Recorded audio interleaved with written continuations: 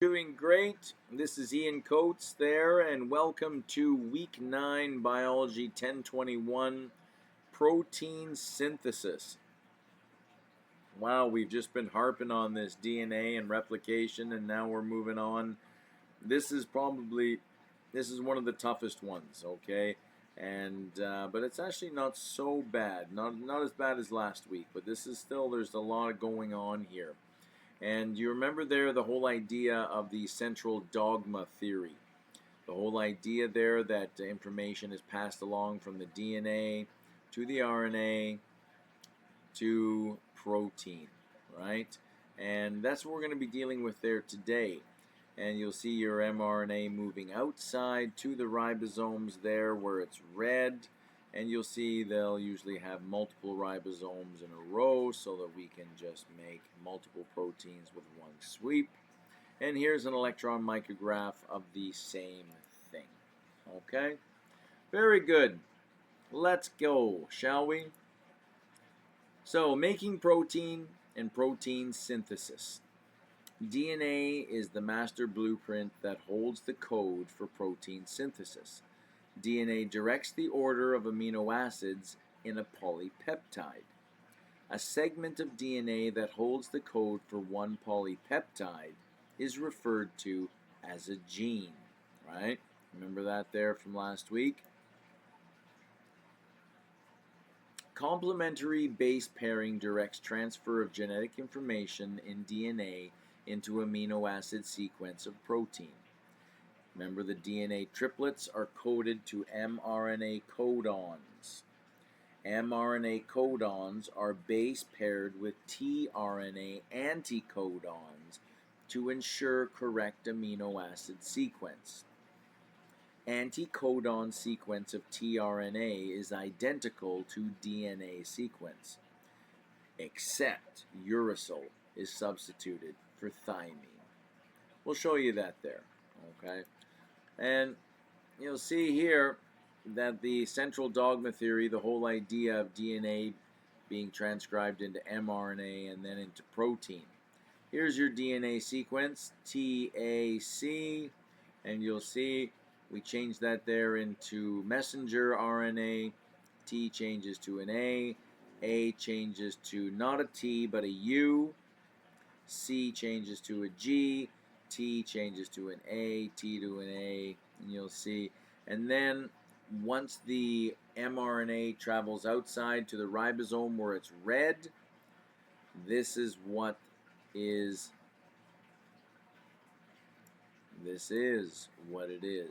You'll see that A to a U, U to an A, G to a C, and you'll see there that the C, A, as we just said, it's the same as the DNA sequence except for T becomes U, as with RNA.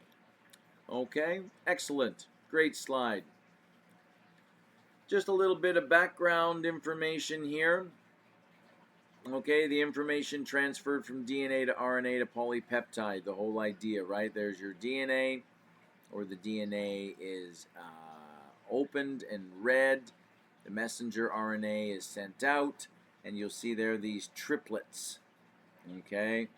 And then we have the codons, and then on the tRNA we have the anticodon. Okay, so this is DNA here.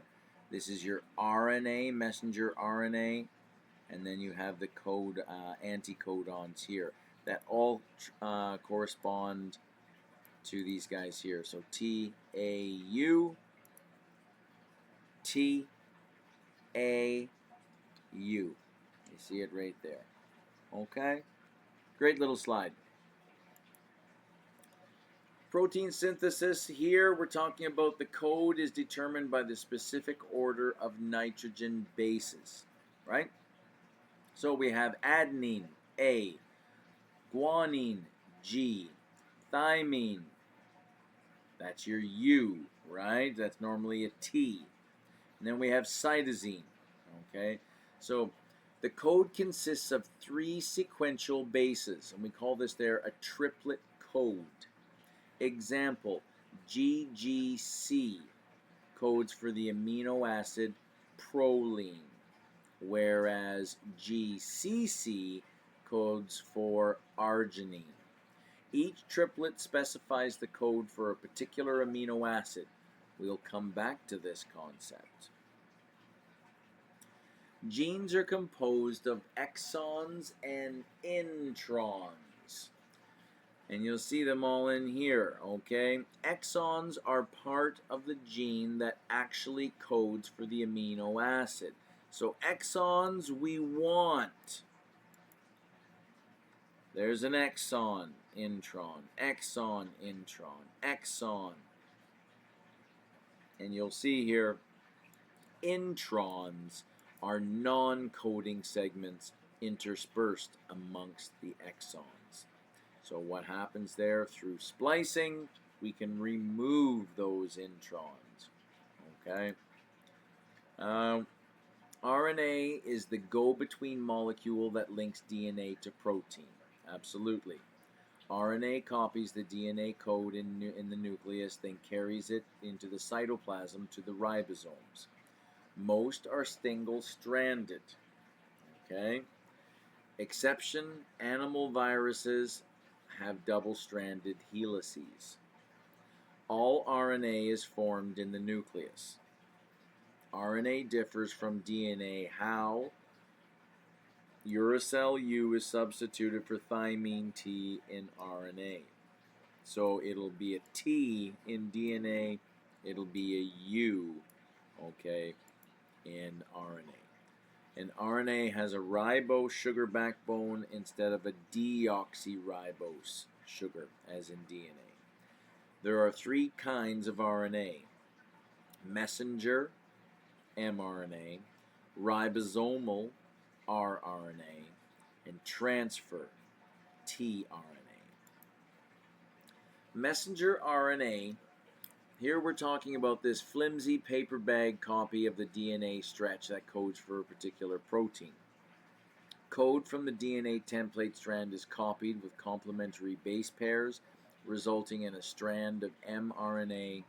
The process is referred to as transcription. Okay? And mRNA maintains the triplet codon from the DNA. Ribosomal RNA, rRNA, is structural components of the ribosome, the organelle where protein synthesis occurs. Along with the tRNA, helps to translate the message from mRNA into a polypeptide protein. Transfer RNA, tRNA, is the carrier of the amino acid. Have special areas that contain a special triplet anticodon that allows each tRNA to carry out only a specific amino acid. Anticodon of the tRNA will complementary base pair with the codon of the mRNA at the ribosome, adding its specific amino acid to growing polypeptide chain. This process here is called translation. Okay? So you've got the roles of the messenger RNA, the rRNA, which is just the ribosomal 2 units there, and then you have the transfer RNA, which is carrying that amino acid and placing it into position. Okay?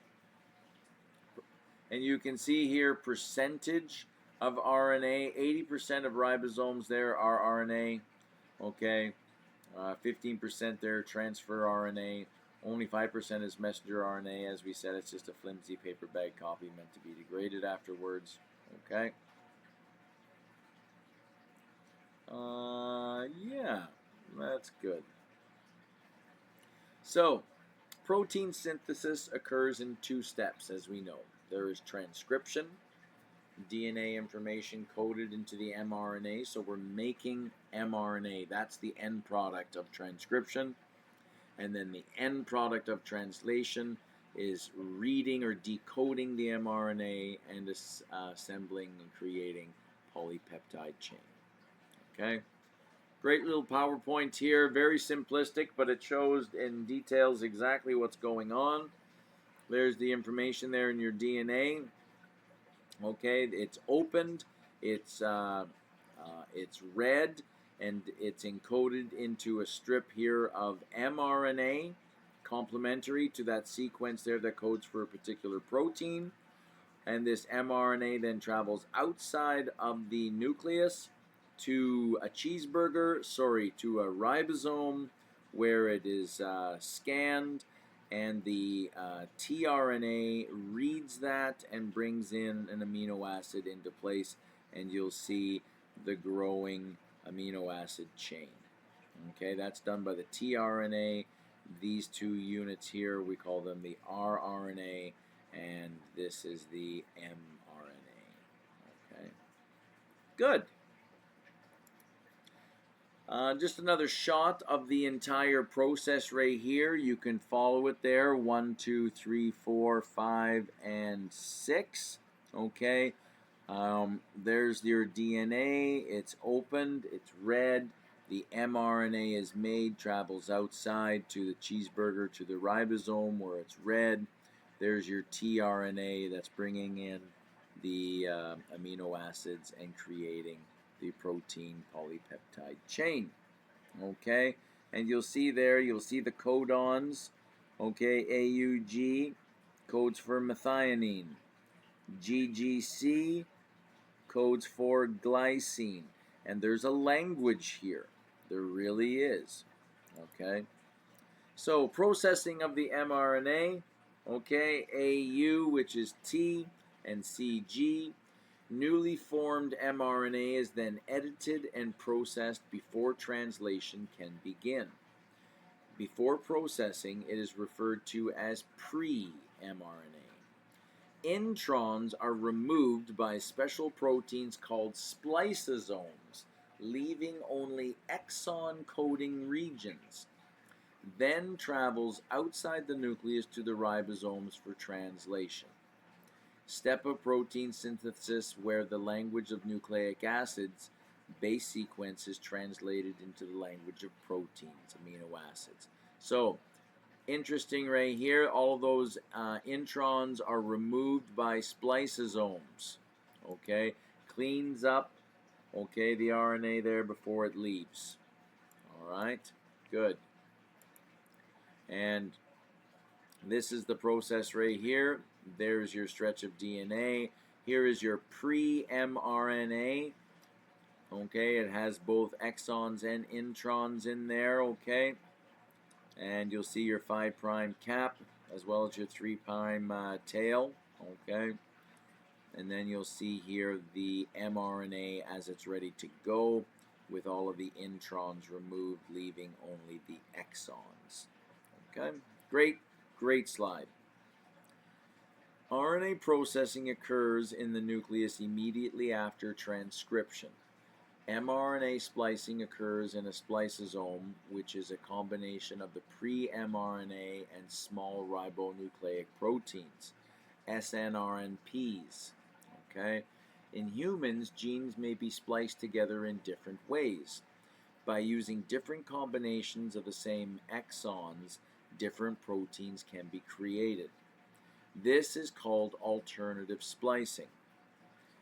The 25,000 genes of the human genome appear to encode as many 120,000 different mRNA transcripts. So you see, there's many different ways to code the same protein or the same amino acid. We'll show you these right here. So, protein synthesis, translation. And we'll just do a bit of zooming in. There's a great movie here. Watch these movies here. And we're just going to zoom in a little bit, see if I can set this all up here. Okay. And here we go. All right, so you'll see what's going on here. There's your mRNA. There's your codons, AUG, GGC, okay. And you'll see that there's two stations here, all right. And as the mRNA travels through, it's read here, and the appropriate amino acid is placed. And as it moves on over, you'll see here by the evidence of the next one that's already ahead of it, you'll see there that the connection there is made and the polypeptide chain grows by 1. Okay, there's your anticodon, transfer RNA. So the transfer RNA molecule for the last amino acid added holds the growing polypeptide chain and is attached to its complementary codon on the mRNA. You'll see right here the whole idea that the codon has moved. So the second tRNA binds complementary to the next codon, and in doing so brings the next amino acid into position. Okay? And now it's moving on, and this tRNA is now free to go off into the cytoplasm and go and grab another amino acid. Okay? Great slide again. The getting back into this 3-base sequence there, what we call the triplet code.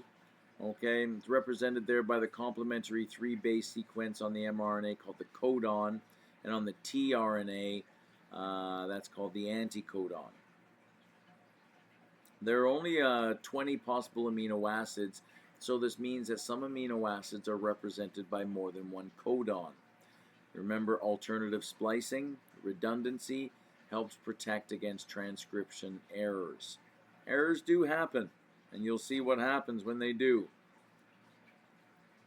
So the role of tRNA, it binds a specific amino acid at one end, okay? Once the amino acid is loaded onto the tRNA, the molecule is now an amino acyl tRNA, okay? This anticodon there that's reading this there at the other end head is the triplet codon that determines which amino acid will be bound at the stem. Okay, so there's your anticodon, and then you'll see on the other side. Okay, UAU. Have a look. We'll come back to that. So example, tRNA with anticodon UAU will only be able to load a methionine amino acid to its stem region. Okay, we'll show you the chart there in a second. The anticodon of the tRNA will bind only to the codon on the mRNA that is complementary. So example, if the code AUE, only a tRNA with anticodon UAU will be able to bond to it. Okay, ribosomes coordinate coupling of mRNA and tRNA. Okay, the ribosomes contain 1 binding site for mRNA and 3 binding sites for tRNA. Okay, very good.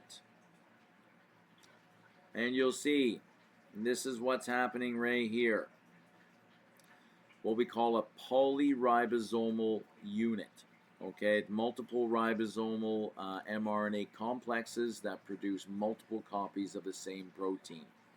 Okay, so the RNA is traveling through and it's getting read by multiple RNAs, rRNAs, ribosomal units there that are making the proteins. Okay, as we saw on the title slide.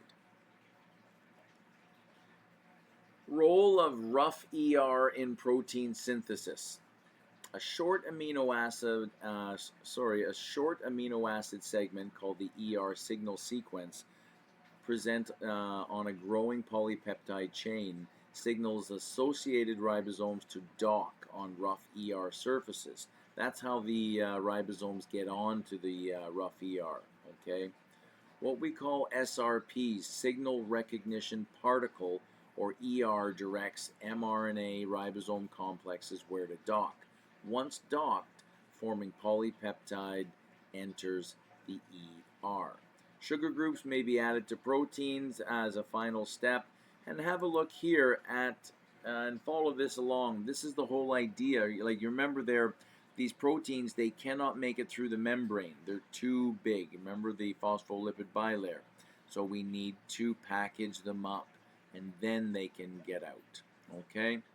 So the SRP directs the mRNA, the mRNA ribosomal complex there to the rough ER, okay?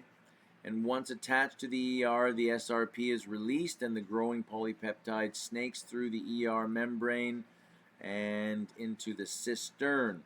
And you'll see it gets packaged up and it's able to move for transport, okay? There's other details in there, but as long as you can see what's going on, that's what makes me happy. And you see there's your mRNA and your ribosomal unit. So as soon as the proteins, as these amino acids there are linked and the protein is ready to go, it's immediately packaged up and boxed away and sent. Okay? Which term refers to the production of RNA from a gene? That's your transcription for sure. Try a couple more of these. These are lots of fun. Okay, let me know if you have any questions about any of them. All right.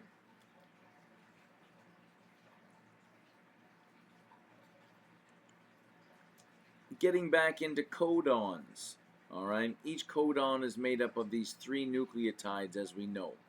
Each nucleotide in the codon can be one of 4 possible nucleotides. Therefore, there are 4 times 4 times 4 possibilities. 64 possible codons, combinations, so to speak. How many amino acids do we have? Only 20. Therefore, obviously, one codon can code for the same amino acid. Remember silent mutation? More than one codon? Absolutely. Let's have a look here. And you'll see that, oh, I jumped, no, that's good.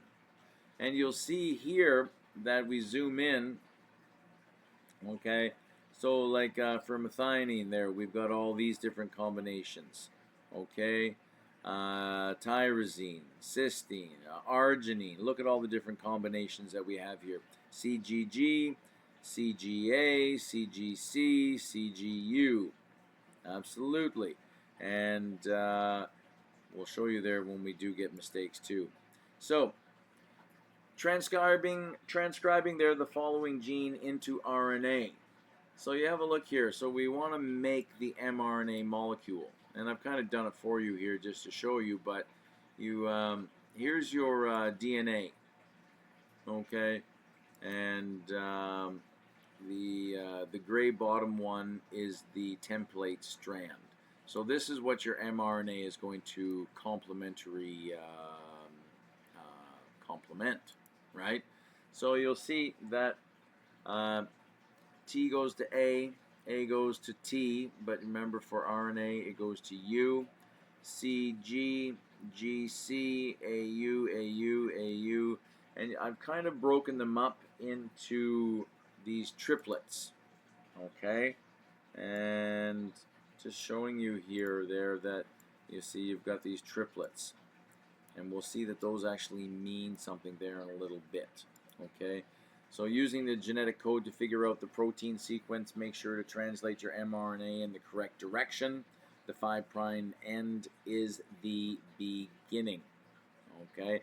And remember there, okay, this is your RNA, and when it's translated there into protein, it should resemble this, right? So, moving on, and you'll see here, okay, and we can use this there to blow this up, and you have a look. AUG, that's your methionine. CUU, where is that? It's around there somewhere.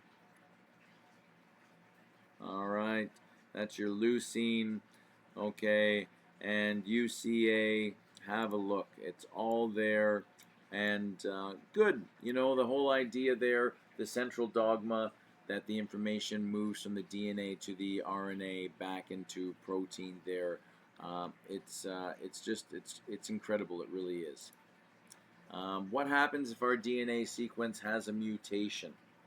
And you'll see here that normal DNA, if this is your 5', 3' there, and we make our RNA from, you know, the 3' line here, you got TAC, T, A, C, and G.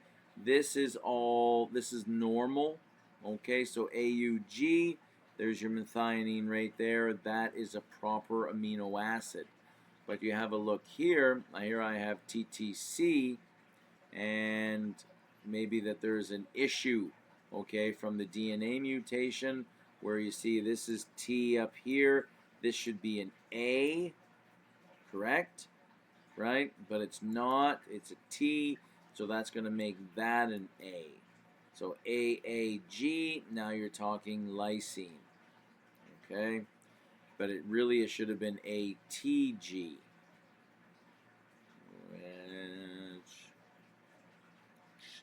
And now, sometimes there, it can get covered up and mistakes can be forgiven.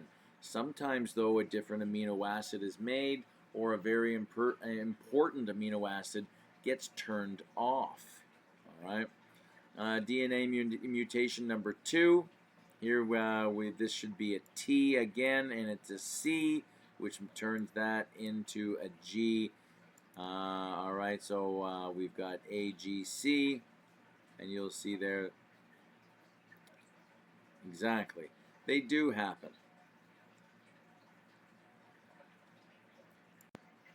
So here we've got a little summary table here about protein synthesis, major steps involved, okay, inside the cell, molecules involved in how. There's your transcription, okay, and then translation. Remember there, the end product of transcription is the mRNA, and then the end product of translation is the protein being made itself. All right, great little summary slide there.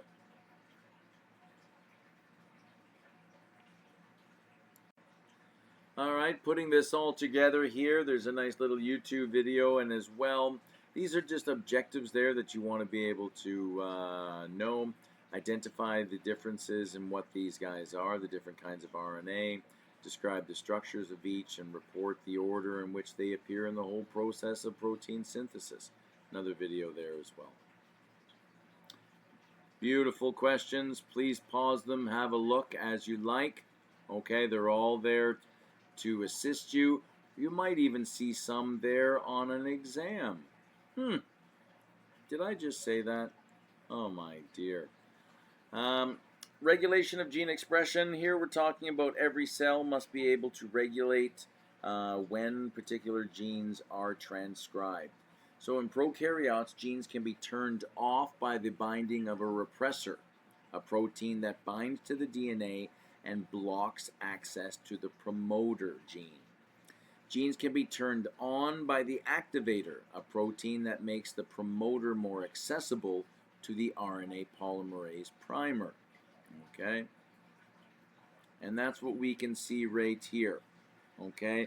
This is what we call the lac operon, which is found in E. coli bacteria and contains 3 genes involved in lactose metabolism, all regulated by one promoter. Okay? And that's what we're looking at right there. Eukaryotes have complex chromosomes and need histone proteins to condense the DNA so it can fit nice and tight into the nuclei. Each cell can only transcribe DNA that is accessible by RNA polymerase. Different regions of chromosomes are more condensed than others in certain cells. Highly condensed regions are not transcribed. Methylation is the addition of methyl groups, CH3, which prevent gene transcription. This is called gene silencing. Alternative splicing, sometimes only certain exons become part of the mature mRNA. Depending upon which exons are used, the protein product would have a different function. This is one mechanism that allows over 100,000 different protein products to be produced from only 25,000 genes. Interesting, that the DNA can be played with and manipulated. If something goes on, if some malfunction goes on, well then we should still be able to make a particular protein, because we have different ways of making and coding for different amino acids. mRNA degradation. Various mRNA transcripts have a specified lifespan, which is not very long. Transcription factors regulate gene expression by binding to regulatory sequences of the DNA upstream of the promoter, allowing the RNA polymerase to bind and begin transcription. All right, there's some questions there. More questions. Okay, when we get into the nature of mutations, okay, we're talking about a change in genetic information, right? And it results when extra bases are added or deleted. Bases are changed, may or not change the protein, right? Because there's different ways that we can code for that particular protein, but you'll see, you'll have a look. TTC, TAC, and now you see this codes there for glutamic acid, this codes for valine. All right. Protection against mutation, repair enzymes correct the mutation. Sometimes they don't get caught though. All right. So now if this person needs this amino acid, they can't make it. Okay. Inborn errors in metabolism occurs there from inheriting a mutation that then alters an enzyme.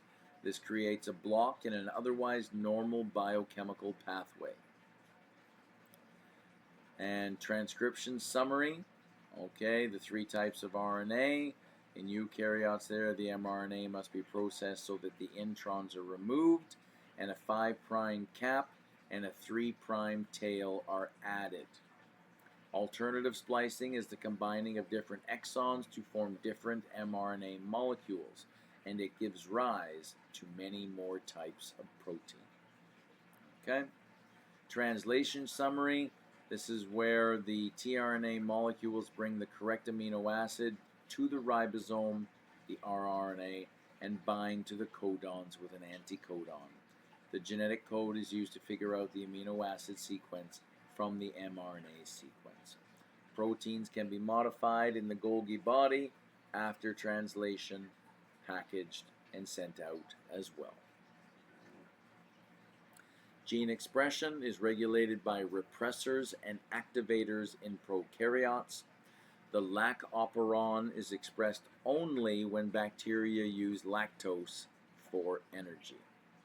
Eukaryotes regulate gene expression by means of transcription factors, methylation, alternative splicing, and a variable rate of mRNA degradation.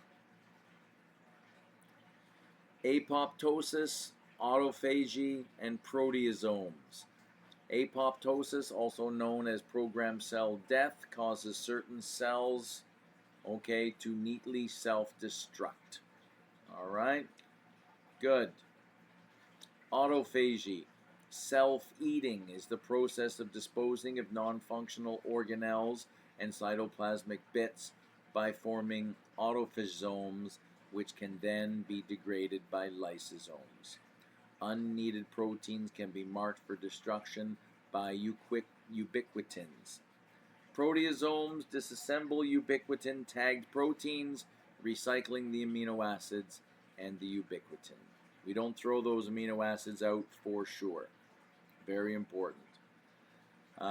Developmental aspects of cells.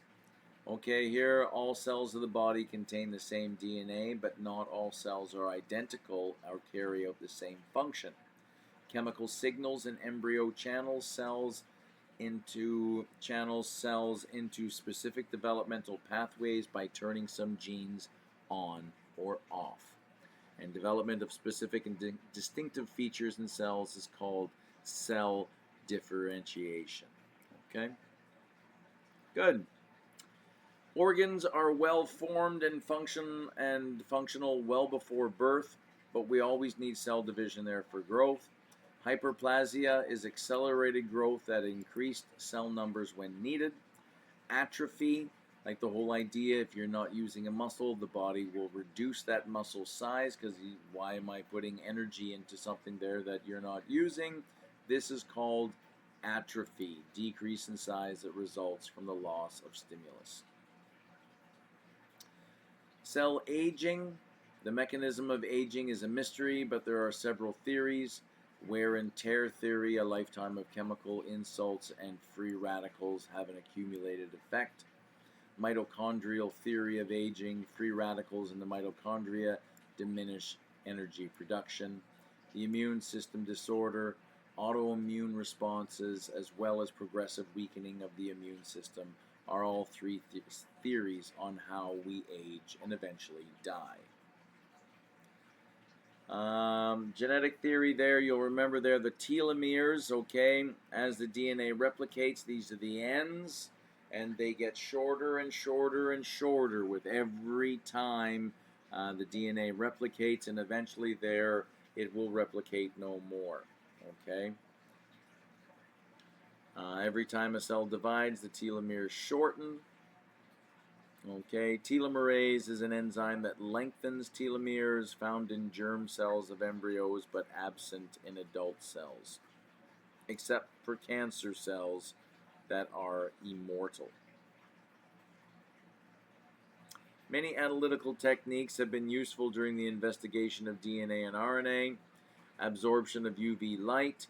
Interesting there to note there that nucleic acid strongly absorbs UV light between these nanometers. Okay, it's one of the, that's how we detect DNA in solution.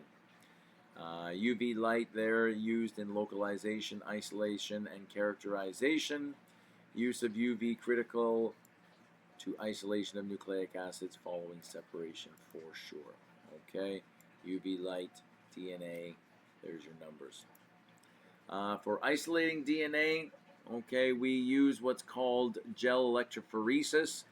Okay, we use like nutrient agar, okay, and we run an electric current through it. And deoxyribonucleic acid is negative, so in theory, the DNA should run towards the positive end. It's moving in that direction, right? And then eventually the DNA gets tangled depending upon its length, and you'll see here that this DNA, some of it stopped here, some of it kept on going and going and going, and we're able there to identify stretches of DNA for comparative analysis. It's a lot of fun. We're just this is just the tip of the iceberg. Thank you guys so much. Bit of a long class, and I hope you guys are doing all right. Let me know if you have any issues, and we're moving on there to week 10. Take care and be well.